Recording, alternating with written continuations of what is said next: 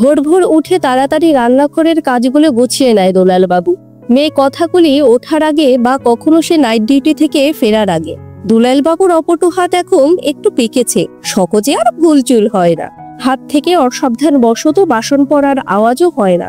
তবু মাঝে মধ্যেই মেয়ের কড়া চোখের সামনে পড়ে গেলে মন গড়া অজুহাত দিয়ে সে যাতে বাঁচার চেষ্টা করে।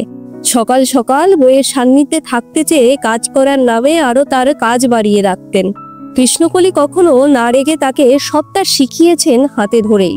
10 বছর আগে ক্যান্সারে কৃষ্ণকলিকে কেড়ে নিলেও গত 22 বছরের অভ্যাস দুলালবাবুকে ভোরবেলায় এই একই কাজেই টেনে আনে। দুলালবাবুর পাশে পাশে কৃষ্ণকলি যে আজও অভ্যাসের মতো, ছায়ার মতো কাজ করে যায়। দুলালবাবু ছাড়া এই অনুভূতি আর কেউ কখনো বুঝবে না। মানুষ চলে যায় দৈহিকভাবে, আর মানুষের মন বেঁচে থাকে অভ্যাসে।